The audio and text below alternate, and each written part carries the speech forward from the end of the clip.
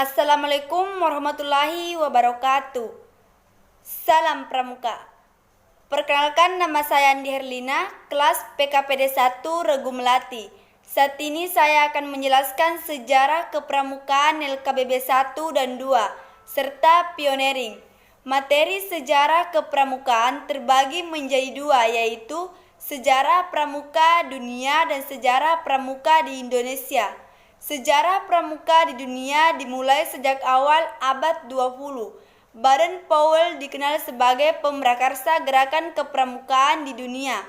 Pada tanggal 25 Juli 1907, Baden-Powell yang menjabat sebagai Letnan Jenderal Tentara Inggris mengadakan perkemahan pramuka di Pulau Bronsea, Inggris. Pada tahun 1908, ia menulis buku Scouting for Boys tentang prinsip dasar kepramukaan. Peluncuran buku tersebut menjadi cikal bakal lahirnya gerakan pramuka. Gerakan pramuka tidak hanya dikenal di Inggris, tetapi juga di negara-negara lain di dunia. Awalnya gerakan pramuka hanya didominasi laki-laki. Namun sejak tahun 1912 muncul organisasi pramuka Girl Guides yang didirikan dengan bantuan adik perempuan Baden-Powell, Agnes. Organisasi kepramukaan perempuan ini kemudian dilanjutkan oleh istri Baden-Powell. Organisasi kepramukaan dunia terus berkembang. Pada tahun 1916 berdiri organisasi pramuka usia siaga bernama CUP atau Anak Serigala yang dilengkapi buku panduan kegiatan merujuk pada buku The Jungle Book di tahun 1918. Powell mendirikan Rover Scout untuk kelompok remaja usia 17 tahun. Pada tahun 1922, Baden-Powell menerbitkan buku Rovering to Success atau Menggembara Menuju Sukses. Pada 30 Juli sampai 8 Agustus 1920 untuk pertama kalinya diadakan di Olympia Hall, London dengan dihadiri sekitar 8.000 anggota pramuka dari 34 negara yang hadir. Masih pada tahun yang sama, dibentuknya Dewan Internasional, organisasi pramuka yang beranggotakan 9 orang. Kota London ditetapkan sebagai kantor kesekretariatan pramuka sedunia. Meski kemudian berpindah ke Ottawa, Kanada pada tahun 1958 serta ke Geneva, Swiss pada tahun 1968. Kemudian sejarah pramuka Indonesia. Sejarah gerakan pramuka di Indonesia dimulai sejak tahun 1912. Cikal bakal pramuka Indonesia adalah didirikannya organisasi Netherlands, Pathfinders Organisasi atau NPO, bentukan Belanda. Kemudian pada tahun 1916, organisasi tersebut berganti nama menjadi Netherlands Indische Padvinders Vereniging atau NIP. Istilah Pathfinders merujuk kepada istilah untuk organisasi pramuka yang ada di negeri Belanda. Penggunaan istilah Pathfindery kemudian sempat mendapat larangan dari Belanda. Para tokoh nasional Indonesia kemudian mengganti istilah Pathfindery dengan pandu atau kepanduan. Banyaknya organisasi kepanduan Indonesia membuat dibentuklah persaudaraan antara Pandu Indonesia atau PADI pada tanggal 23 Mei 1928 yang mewadahi organisasi-organisasi tersebut. Pada 1930 PAPI melebur menjadi Kepanduan Bangsa Indonesia atau KBI yang dirintis oleh tokoh-tokoh organisasi lain. PAPI kemudian berkembang menjadi Badan Pusat Persaudaraan Kepanduan Indonesia atau BPPKI pada bulan April 1938 untuk menggalang kesatuan dan persatuan. BPPKI mengadakan Perkemahan Kepanduan Indonesia disingkat Perkino dan dilaksanakan pada tanggal 19 sampai 23 Juli 1941 di Yogyakarta.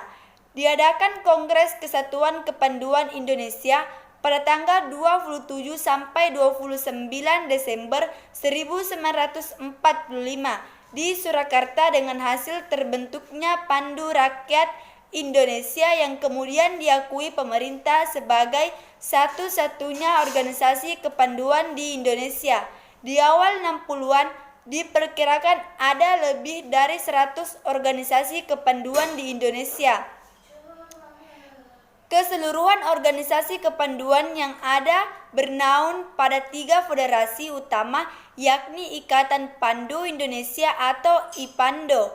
Bagi anggota Pandu Pria sekitar PKPI atau Persatuan Kepanduan Putri Indonesia, dan Popindo atau Persatuan Organisasi Pandu Putri Indonesia untuk organisasi Pandu Wanita. Materi kedua yaitu LKBB 1 dan 2. LKBB adalah sarana yang baik untuk melatih sistem berregu dan disiplin pribadi. Baris berbaris merupakan latihan gerak dasar yang mewujudkan penanam disiplin rasa persatuan dan keindahan. Baris berbaris adalah satu wujud latihan fisik yang diperlukan guna menanamkan kebiasaan dalam tata cara kehidupan yang diarahkan kepada terbentuknya suatu perwatakan tertentu. Maksud dan tujuan: 1. Guna menumbuhkan sikap jasmani yang tegap tangkas rasa disiplin dan rasa tanggung jawab. 2. Yang dimaksud dengan menumbuhkan sikap jasmani yang tegap tangkas adalah mengarahkan pertumbuhan tubuh yang diperlukan oleh tugas pokok, sehingga secara jasmani dapat menjalankan tugas pokok tersebut dengan sempurna. 3. Yang dimaksud rasa persatuan adalah adanya rasa senasib sepenanggungan, serta ikatan yang sangat diperlukan dalam menjalankan tugas. 4. Yang dimaksud rasa disiplin adalah mengutamakan kepentingan tugas di atas kepentingan pribadi yang pada hakikatnya tidak lain daripada keikhlasan penyisihan pilihan hati sendiri. 5. Yang dimaksud rasa tanggung jawab adalah keberanian untuk bertindak yang mengandung resiko terhadap dirinya tetapi menguntungkan tugas atau sebaliknya tidak mudah melakukan tindakan-tindakan yang akan dapat merugikan. Pengertian aba-aba adalah suatu perintah yang diberikan oleh seorang pemimpin kepada yang dipimpin untuk dilaksanakannya pada waktunya secara serentak atau berturut-turut. Adapun macam aba-aba yaitu 1. Aba-aba petunjuk dipergunakan hanya jika perlu untuk menegaskan maksud daripada aba-aba peringatan atau pelaksanaan. Contohnya yaitu kepada pemimpin upacara, hormat, gerak. 2. Aba-aba peringatan adalah inti perintah yang cukup jelas untuk dapat dilaksanakan tanpa ragu-ragu. Contohnya lencang kanan, gerak. 3. Aba-aba pelaksanaan adalah ketegasan mengenai saat untuk melaksanakan pelaksanaan yang dipakai ialah 1. Gerak. Contoh, jalan di tempat, gerak. 2. Jalan. Contoh, haluan kanan, jalan. 3. Mulai. Contoh, hitung, mulai. Adapun aba-aba dengan isyarat tangan yaitu 1. Berkumpul. Kedua belah tangan direntangkan ke samping dan cepat disilangkan di depan dada seperti akan bersidakap atau ulangi beberapa kali. 2. Bubar atau berpisah. Kedua tangan disilang di depan dada dan kemudian tangan cepat direntangkan ke samping, telapak tangan dibuka dan menghadap ke bawah. 3. Maju terus atau ikuti atau maju jalan. Tangan kanan dicangkukkan lurus ke atas kemudian digerakkan ke depan setinggi bahu. 4. Lari atau lari maju. Tangan kanan mengepai diacungkan lurus ke atas kemudian digerakkan ke depan setinggi bahu. 5. Tangan kanan diacungkan lurus ke atas dengan telapak tangan terbuka ke depan. 6. Kembalilah membuat gerakan lingkaran dengan tangan kanan di atas kepala. 7. Berjongkoklah. Kedua tangan dengan telapaknya menghadap ke bawah atau digerakkan antara pinggang dan dada.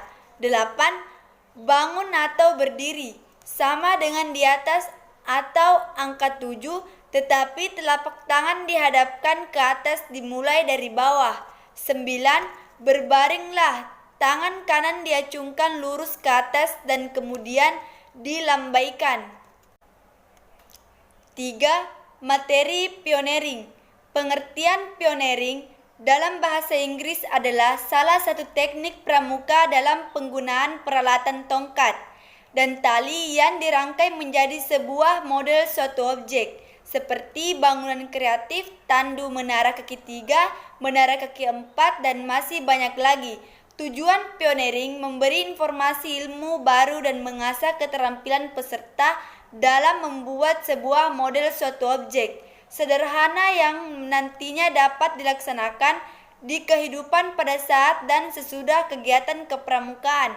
Adapun manfaat selain dari kegiatan ikat-mengikat, ternyata di balik itu semua terdapat manfaat yang sangat berguna untuk kita. Berikut manfaat dari belajar pioneering, yaitu 1. Memupuk rasa kebersamaan, kekompakan, dan kerjasama yang baik antar teman pramuka. 2. Dapat diterapkan pada saat-saat genting maupun P3K, pertolongan pertama pada kecelakaan.